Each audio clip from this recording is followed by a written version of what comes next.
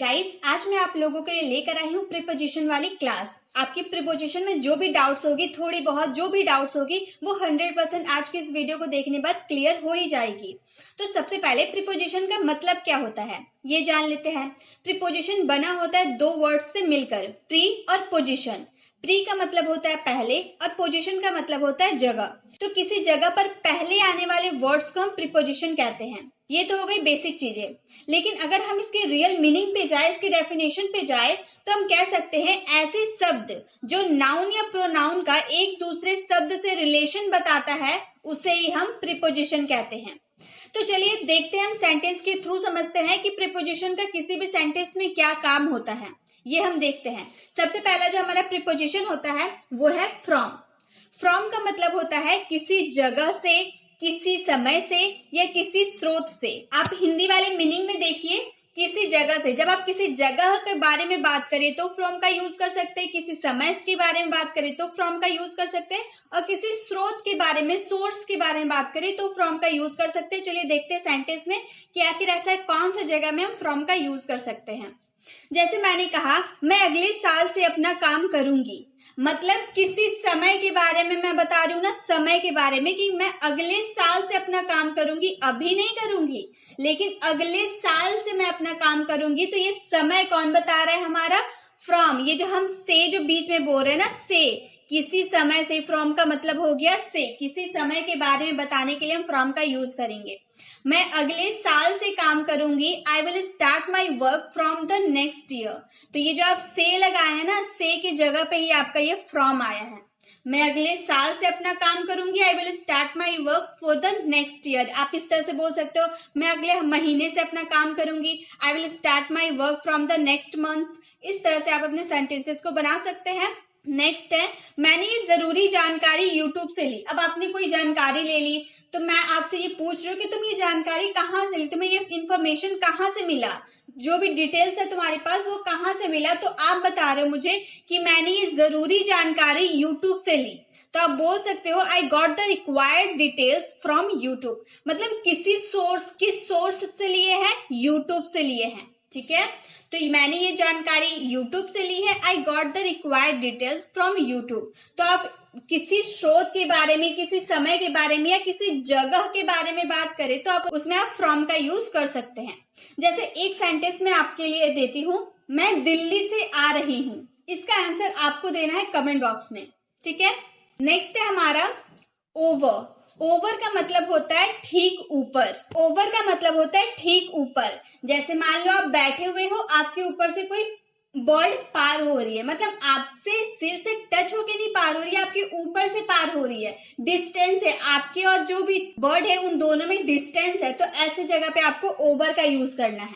जैसे पक्षी सिर के ऊपर से निकल गई। ये लड़का यहाँ पे खड़ा था और ये जो पक्षी यहाँ पे आप देख रहे हैं ना, इसके सिर के ऊपर से निकल गई, लेकिन ये इसके सिर को टच नहीं कर रही है। इसके सिर को टच करती तो हम अलग प्रीपोजिशन का यूज करते, ये सिर को टच नहीं की हुई है, तो हम यहाँ पे क्या यूज करेंगे? ओवर का। ऊपर से तो गई है लेकिन सिर को टच नहीं की हुई है, इसीलिए हम इसमें ओवर का यूज करेंगे और बोलेंगे birds went over my head. Birds went over my head. यहाँ पे गई का बात की है ना, पास्ट इंडेफिनिट हो गया, इसलिए हम लोगों ने वेंट का यूज किया। Bird went over my head, पक्षी सिर के ऊपर से निकल गई।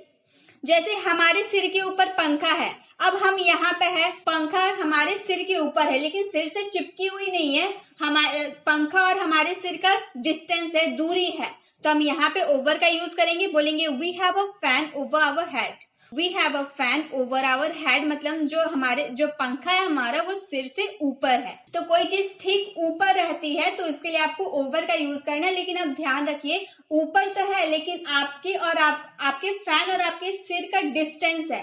जब कोई चीज की डिस्टेंस होगी, आपके ऊपर तो होगी लेकिन डिस्टेंस होगी, तो उसमें आपको ओवर का यूज करना है। ठीक है, नेक्स्ट है हमारे ऑफ। ऑफ का यूज करेंगे से, किसी सतह से अलग होना। अब फ्रॉम का मतलब भी से था, तो आप हिंदी वाले सेंटेंस में थोड़ा ध्यान दीजिएगा। जब आप किसी समय, किसी जगह या फिर किसी सोर्स की बात करें तो उसमें फ्रॉम का यूज करें, लेकिन अगर किसी सतह से अलग होने की बात करें तो उसमें ऑफ का यूज करें।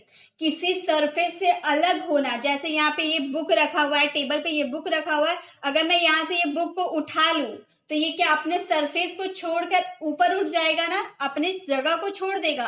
तो वैसे वाले सेंस में आपको ऑफ का यूज करना है। जैसे मैंने डेस्क से किताब उठाया, ये जो बेंच पे ये जो किताब रखा हुआ है मैंने यहाँ से उठा लिया, मुझे पढ़ना था मैंने उठा लिया।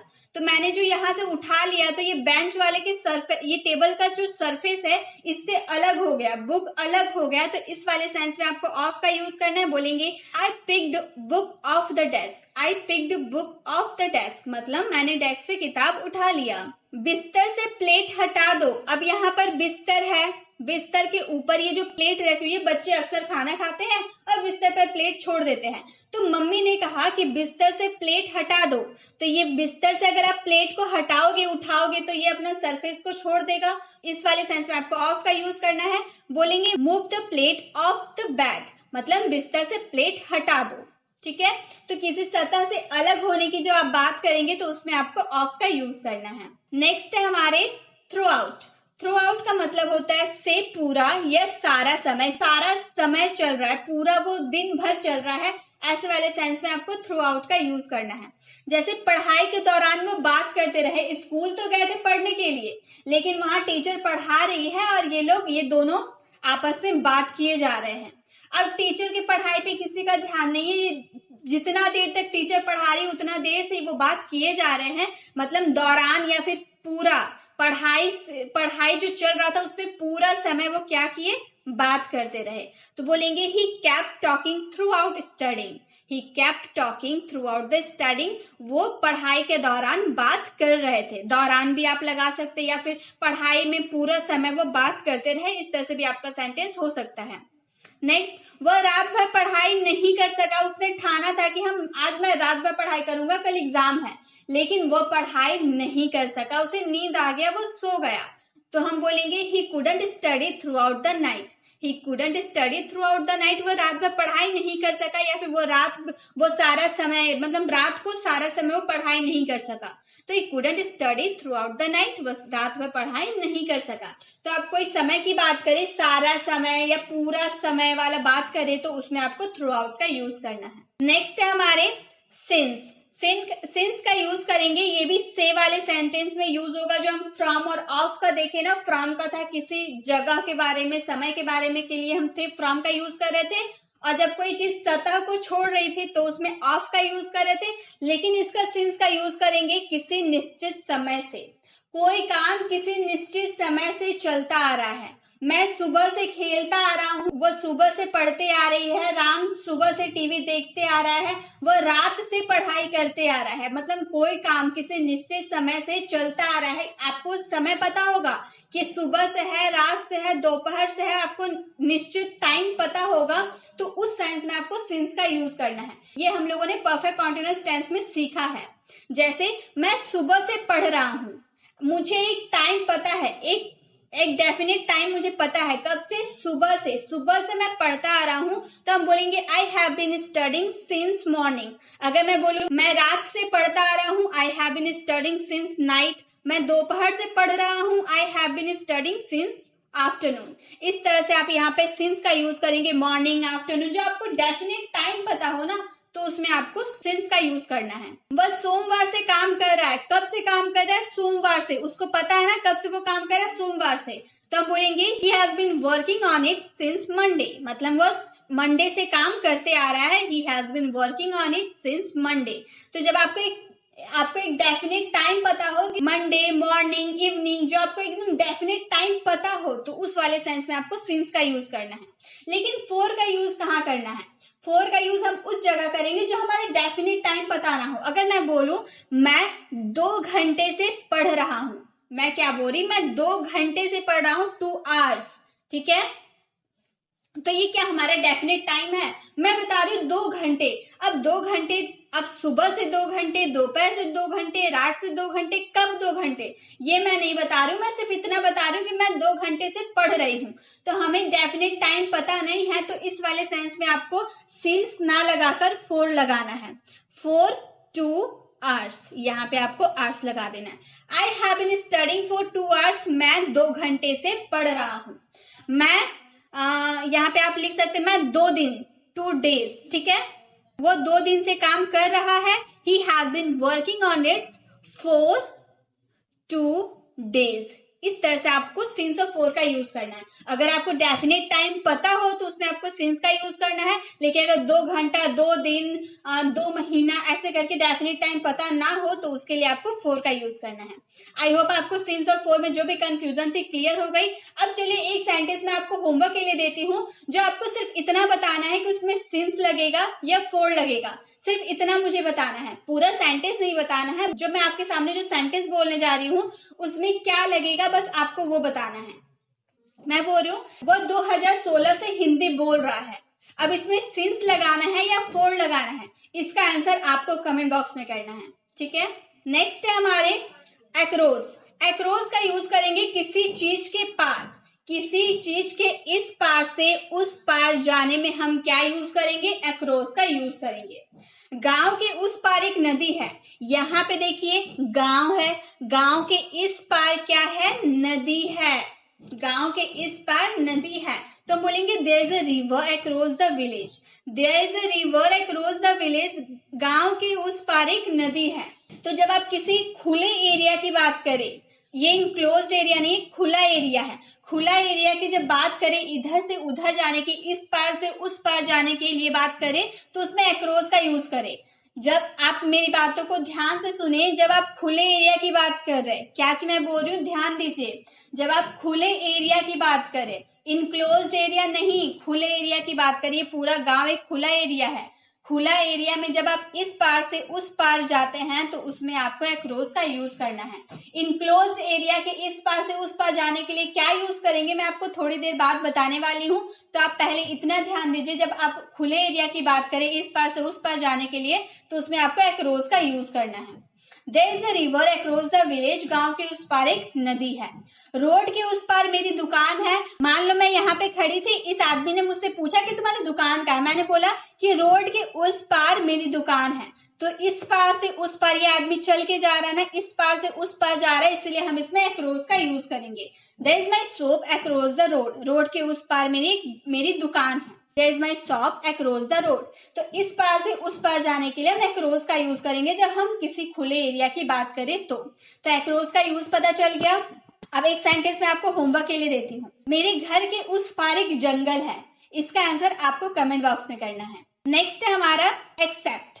एक्सेप्ट का यूज करेंगे को छोड़कर, मतलब कोई चीज है उसको छोड़कर हम बात करेंगे तो उसमें एक्सेप्ट का यूज करेंगे। जैसे आप सेंटेंस को देखिए, शनिवार के अलावा दुकान हर रोज खुलती है, मतलब शनिवार को छोड़कर एक्सेप्ट का यूज करेंगे। सैटरडे के अलावा छोड़कर, किसी चीज को छोड़कर, शनिवार के अलावा दुकान हर रोज खुलती है। The shop is open every day except Saturday. The shop is open every day, हर रोज खुलती है दुकान, किसे छोड़कर, एक्सेप्ट सैटरडे। एक्सेप्ट यानी कि छोड़कर, उसके अलावा हर दिन खुली रहती है, मंडे से लेकर संडे तक पूरी खुली रहती है, किसको छोड़कर, सैटरडे को छोड़कर। तो किसी चीज को छोड़कर या के अलावा की बात करें तो उसमें आपको एक्सेप्ट का यूज करना है। रिया के अलावा हर कोई बाहर जा रहा है। अब मान लो सभी घर में प्लान बनाए कि आज हम लोग बाहर घूमने जाने वाले हैं, लेकिन रिया का मूड नहीं है बाहर जाने के लिए, तो रिया ने बोला कि सब चले जाओ, मैं नहीं जाऊंगी। तो हम सेंटेंस को बनाएंगे कि रिया के अलावा हर कोई जा रहा है, या फिर रिया को छोड़कर हर कोई बाहर जा रहा है। बोलेंगे everyone is going outside except Riya, मतलब रिया नहीं जा रही है, रिया को छोड़कर सभी जा रहे हैं। तो everyone is going outside except Riya. तो किसी चीज को छोड़कर या के अलावा की जो आप बात करें उसमें एक्सेप्ट का यूज करें। एक सेंटेंस आप लोगों के लिए है, राम के अलावा हर कोई स्कूल में पास हो गया, इसका आंसर आपको कमेंट बॉक्स में करना है। नेक्स्ट है हमारा टूवर्ड्स। टूवर्ड्स का यूज करेंगे किसी की तरफ या और के सेंस में। जैसे मान लो आप यहाँ पे खड़े हो, ये लड़का आपकी तरफ चल के आ रहा है, तो क्या बोलेगा, ये लड़का मेरी तरफ चल के आ रहा है, मतलब आपकी तरफ आ रहा है ना, तो किसी की तरफ या किसी की और जाने में ही हम टूवर्ड्स का यूज करेंगे। वह हमारी तरफ आ रहा था, ये जो लड़का है ये हमारी तरफ आ रहा था या हमारी और आ रहा था, तो बोलेंगे he was coming towards us।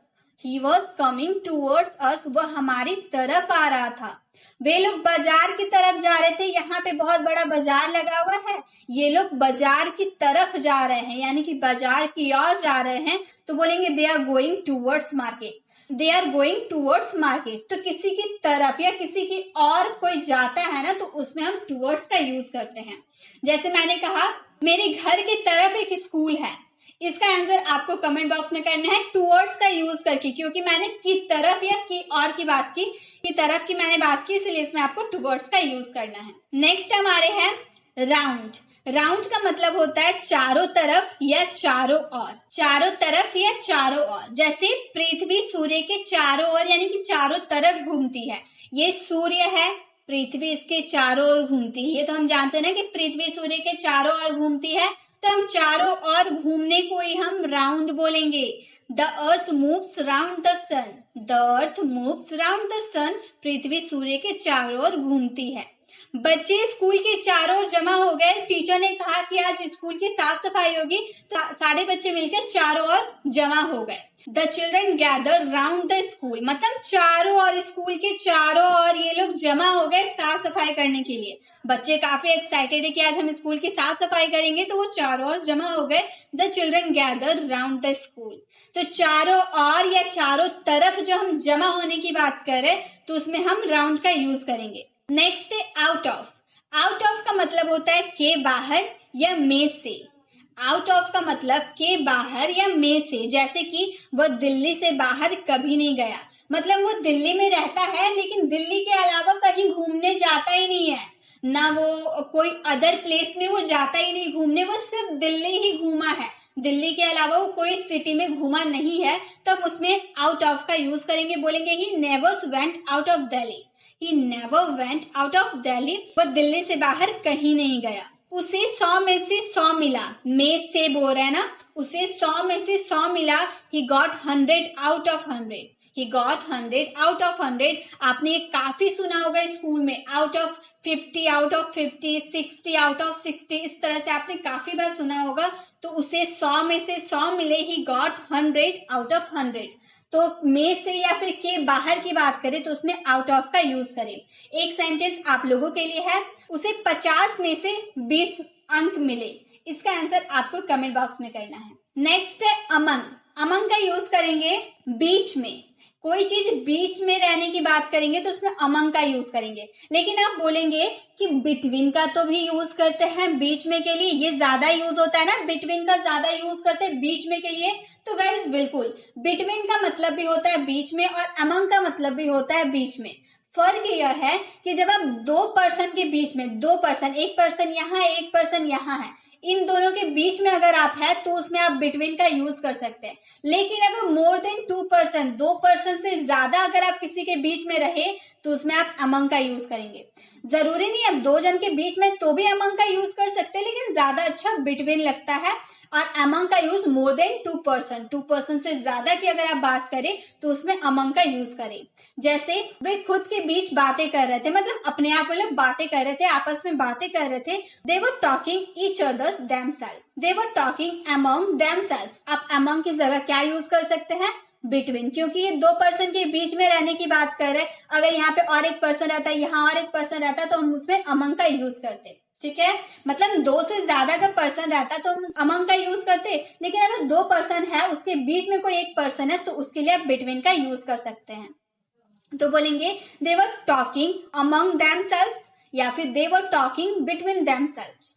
वह आपस में अध्ययन कर रहे थे यानी कि पढ़ाई कर रहे थे। तो यहाँ पे कितने पर्सन है, 4 पर्सन है ना, ये ज्यादा पर्सन है। तो बोलेंगे we were studying among ourselves. We are studying among ourself, मतलब वो आपस में स्टडी कर रहे थे, पढ़ाई कर रहे थे। तो इस तरह से आपको अमंग और बिटवीन में फर्क पहचानना है।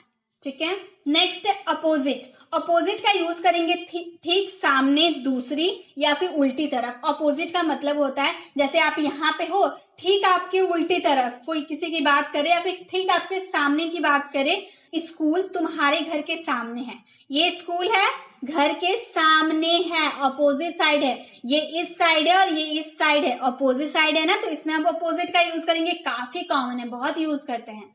तो बोलेंगे school is opposite your house.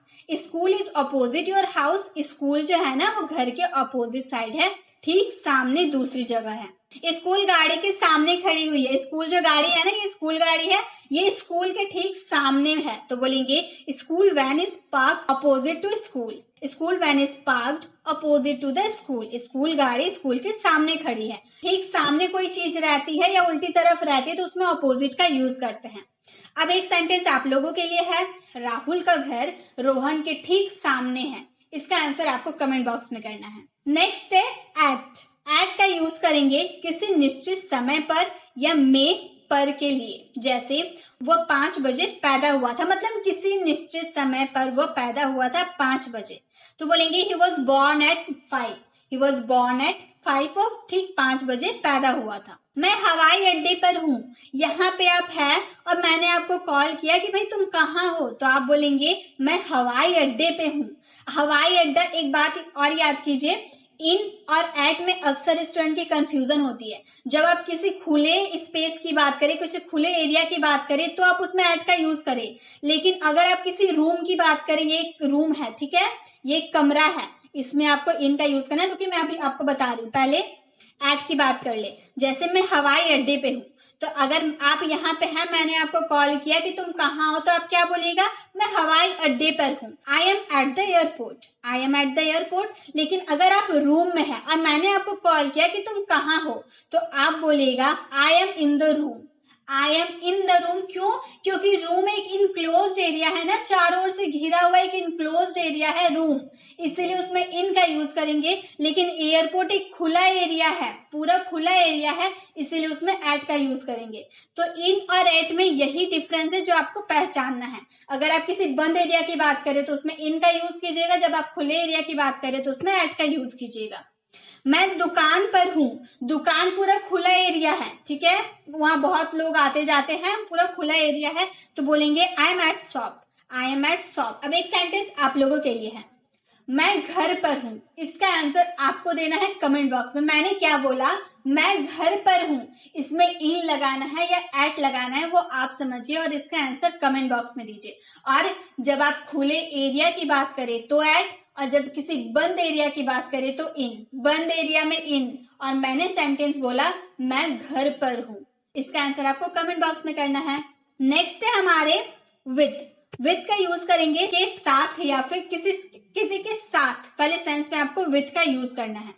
मैंने गेंद को बल्ले से मारा। मैंने बल्ला लिया था, मैंने बैट लिया था, उसके साथ मैंने गेंद को मारा, तो बोलेंगे I hit the ball with a bat. तो से के लिए विथ का यूज करेंगे, I hit the ball with a bat. हम आपके साथ रहेंगे, साथ रहेंगे, हम आपके साथ रहेंगे। वी विल बी या फिर स्टे, आप जो भी बोल सकते हो, with you. I will be with you या फिर I will stay with you.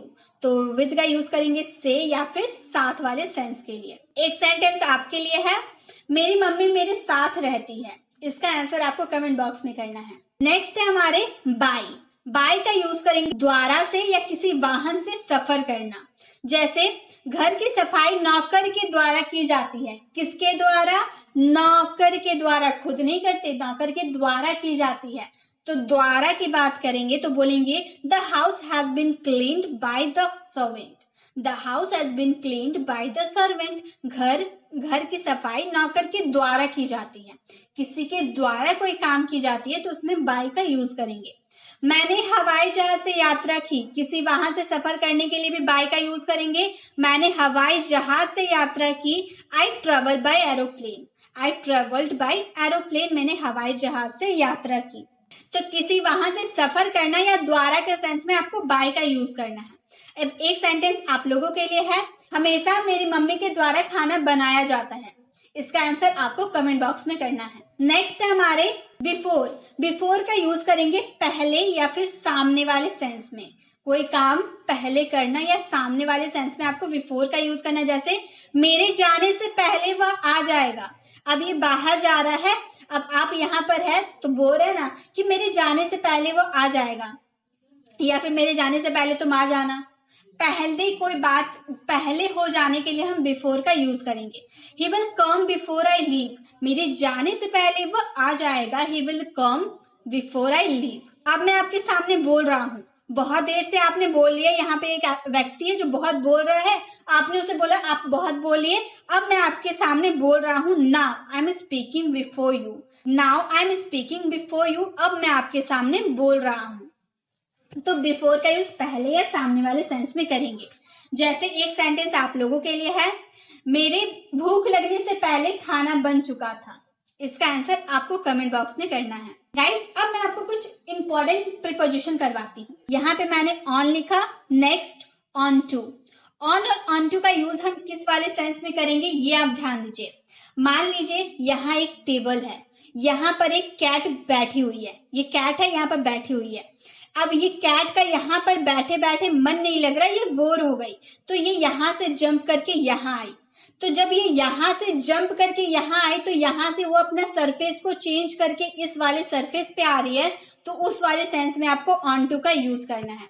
मैंने क्या कहा, एक सरफेस को छोड़कर दूसरे सरफेस पे वो जा रही है, इसलिए उसमें ऑन टू का यूज करेंगे। लेकिन अगर ये कैट यहीं पर बैठे बैठे जंप करती, ऊपर नीचे करती, लेकिन वो नीचे नहीं आती, टेबल पे ही ऊपर नीचे करती, तो उस वाले सेंस में आपको ऑन लगाना होता। आई होप आपको समझ में आ गया ऑन और ऑन टू कहाँ लगाएंगे। एक सेंटेंस आप लोगों के लिए है, बिल्ली टेबल से नीचे कूदी। इसमें आपको क्या लगाना है, ऑन या ऑन टू, बस इतना जवाब देना है। बिल्ली टेबल से नीचे कूदी, इसमें ऑन लगाना है या ऑन टू लगाना है, ये आप बताइएगा। ठीक है, नेक्स्ट है अंडर। अंडर का यूज हम कौन सा सेंस में करेंगे ये भी देख लेते हैं। यहाँ पर एक कैट है और इसके ऊपर बॉक्स है, तो ये क्या बॉक्स के अंदर कैट है? बॉक्स के अंदर अगर कैट है तो उसमें आपको अंडर का यूज करना है। बॉक्स के अंदर अगर कैट रही तो उसमें आपको अंडर का यूज करना है। लेकिन अगर ये कैट यहाँ ना होकर यहाँ पे रहती, यहाँ पर एक कैट है और यहाँ इतनी ऊंचाई पर एक बॉक्स है, बॉक्स बड़ा है कैट छोटा है, या हम लेबल की बात करें, ठीक है, लेबल में कौन सा ऊंचा है, कैट ऊंचा है ना बॉक्स ऊंचा है, तो जाहिर सी बात है बॉक्स ऊंचा है। तो जब आप लेबल की बात करें कि बिल्ली से जो बॉक्स है वो ऊंचा है, तो उसमें आपको बिलो का यूज करना है।